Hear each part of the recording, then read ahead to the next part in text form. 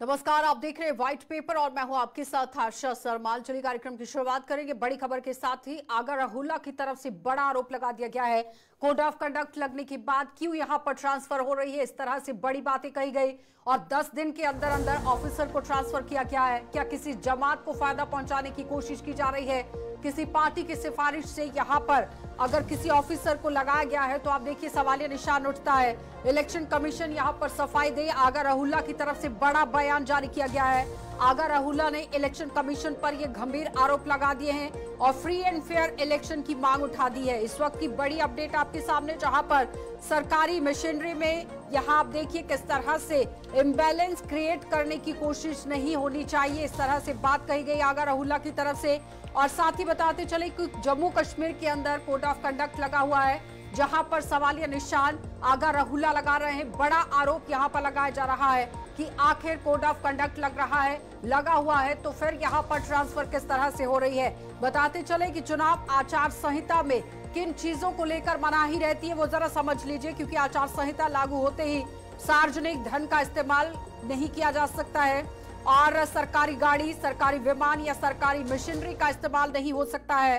सरकारी वाहन किसी दल या प्रत्याशी के हितों को लाभ पहुंचाने के लिए इस्तेमाल नहीं लाया जा सकता और सभी तरह की सरकारी घोषणाएं, लोकार्पण, शिलान्यास, भूमि पूजन के कार्यक्रम नहीं किए जा सकते हैं।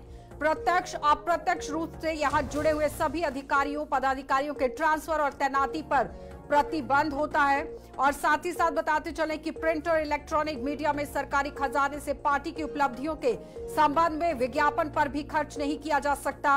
और साथ ही साथ बताते चलें कि सत्ताधारी पार्टी ने अपनी उपलब्धियों वाले जो होर्डिंग विज्ञापन लगाए गए हैं, जो कि सरकारी खर्च से लगवाए हैं, उन पर भी तुरंत उसे हटा दिया जाता है, उस पर रोक लगा दी जाती है। लेकिन फिलहाल आगा राहुल्ला की तरफ से बड़ी बातें सामने रखी गई, जिसमें आपने देखा कि किस तरह से यहां पर अपनी बात को वो आज रखते हुए नजर आए थे। बताते चले कि अगर चुनाव आचार संहिता का उल्लंघन होता है तो बड़ी कार्रवाई आप पर हो सकती है, जेल तक जाना पड़ सकता है। कृषि संबंधी उत्पादों का न्यूनतम समर्थन मूल्य निर्धारित करने के लिए सत्ताधारी पार्टी को चुनाव आयोग से परामर्श लेना अनिवार्य होगा, इस तरह से भी बातें होती है। लेकिन फिलहाल बड़ी अपडेट आपके सामने, जहां पर आगा राहुल्ला की तरफ से बड़ी बातें कही गई है। मेंबर ऑफ पार्लियामेंट हैं, नेशनल कॉन्फ्रेंस पार्टी से ताल्लुक रखते हैं, जिसमें उन्होंने आज आप देखिए किस तरह से सवालिया निशान यहां पर लगा दिए हैं। कोड ऑफ कंडक्ट लगने के बाद क्यों जम्मू कश्मीर के अंदर ट्रांसफर हो रही है, 10 दिन के अंदर अंदर ऑफिसर की यहां पर ट्रांसफर क्यों करनी पड़ रही है, क्या किसी जमात को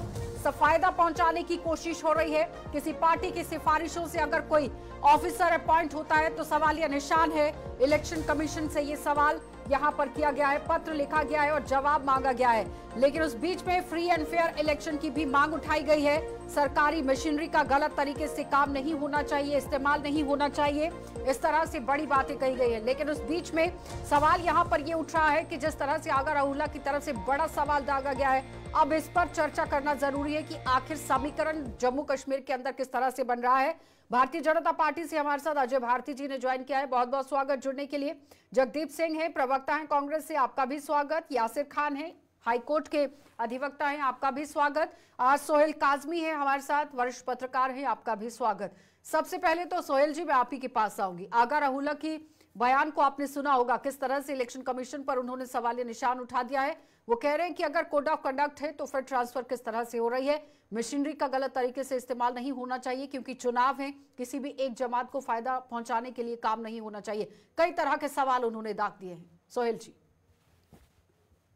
बिल्कुल, देखिए वो जीत के मेंबर पार्लियामेंट बने हैं और बड़ी टफ फाइट से वो पार्लियामेंट में पहुंचे हैं। और इस वक्त जो इलेक्शन कमीशन ऑफ इंडिया की जो क्रेडिबिलिटी है वो बड़ी स्ट्रांग है। जिस तरह से उन्होंने पार्लियामेंट इलेक्शन पूरे भारतवर्ष में बड़े ट्रांसपेरेंट, बड़े फुल प्रूफ तरीके से करवाई है और लोग भी उसमें बहुत खुश हैं। और जिस तरह का काम जम्मू कश्मीर में भी मिस्टर पोले और उनकी टीम कर रही है, स्वीप के प्रोग्राम्स है, अवेयरनेस के प्रोग्राम्स हैं और कोड ऑफ कंडक्ट की क्या रूलिंग्स है उस पे भी हम सबको पता है, वो सारी पॉलिटिकल पार्टीज को भी पता है कि उसमें ये जो चीजें आपने अपने इंट्रो में ही कह दी कि ये चीजें नहीं हो सकती हैं। लेकिन जहां तक राहुल्ला साहब का ताल्लुक है, वो 96 में भी मिनिस्टर रहे हैं फारूक अब्दुल्ला की सरकार में और बड़ी छोटी उम्र से पॉलिटिक्स में है।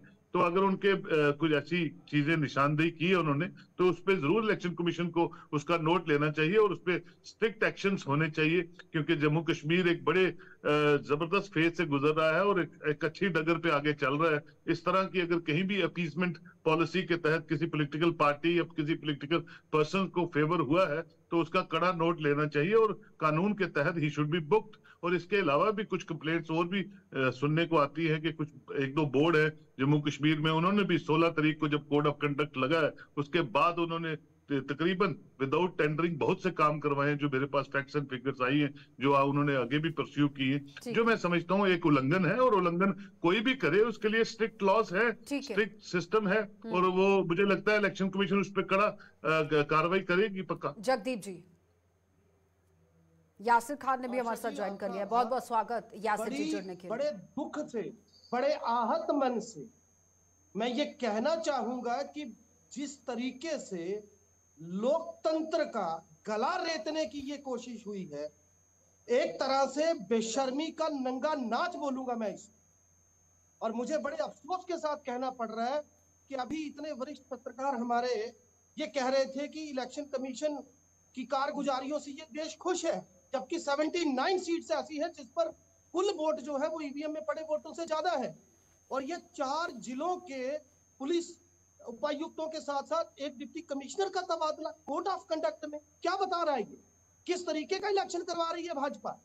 और मैं पूछना चाहता हूं, अजय भारती जी बैठे हैं, एक तो जिस तरीके का रवैया इलेक्शन कमीशन ऑफ इंडिया का रहा है, खास तौर पे माननीय प्रधानमंत्री नरेंद्र मोदी जी के उन जहरीले बयानों के बाद इतनी कुवत नहीं थी इलेक्शन कमीशन में कि उनको स्ट्रेट फॉरवर्ड नोटिस भेजा जाता। वो नोटिस किसको भेजा गया? पैरेलल करने के लिए दोनों पार्टियों के जो अध्यक्ष थे उनको भेजा गया। और दूसरी एक अहम तरीन बात मैं ये भी बता दूं जो मेरे संज्ञान में आई है कि एन मोमेंट पर जो मतगणना 4 अक्टूबर को होनी थी उसको आगे 4-5 दिन के लिए बढ़ा दिया गया। पहले कहा गया हरियाणा में जो है छुट्टियों की वजह से चुनाव लेट होंगे।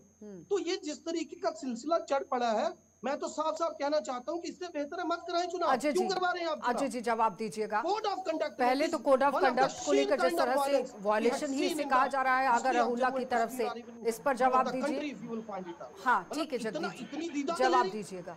और कोड ऑफ कंडक्ट में 4 पहले आशा जी मुझे लगता है कि जगदीप अगर जी चुप हो जाएंगे दूसरा पक्ष तो तभी बात हो सकती है। जगदीप जी हो गया, अब जवाब ले लीजिए प्लीज। अभी तो एडवोकेट भी हमारे साथ बैठे हुए हैं यासिर खान, आज वो किसी पार्टी को रिप्रेजेंट नहीं कर रहे हैं, वो आज एज अ एडवोकेट हमारे साथ बैठे हैं, तो समझेंगे कि आखिर किस तरह से ट्रांसफर से आया हुआ जो फरमान है इनके नेता। ठीक है जगदीप जी।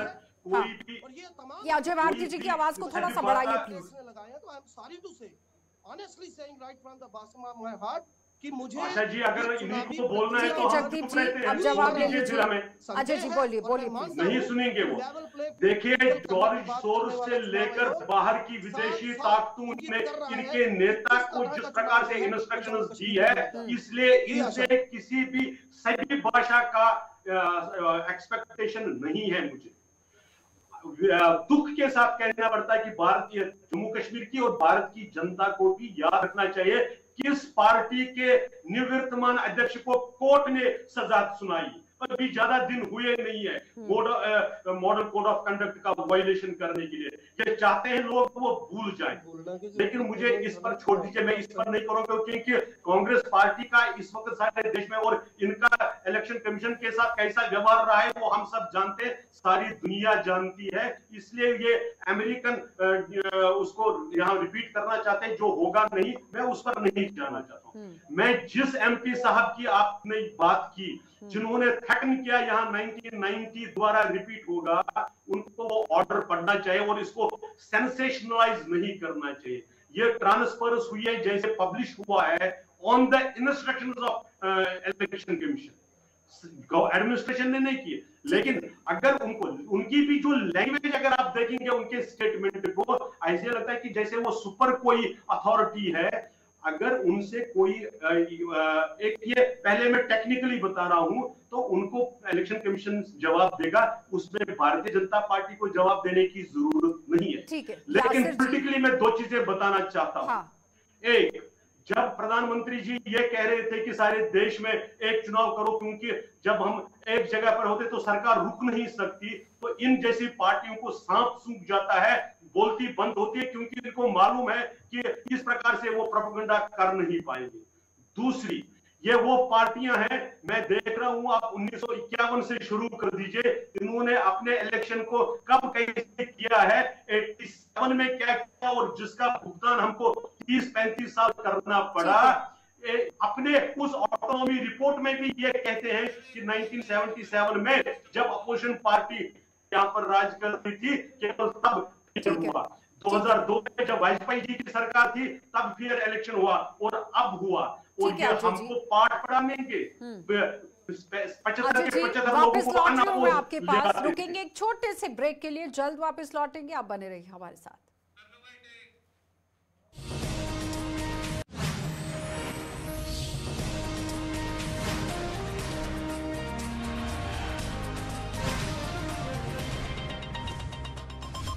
स्वाद से सबको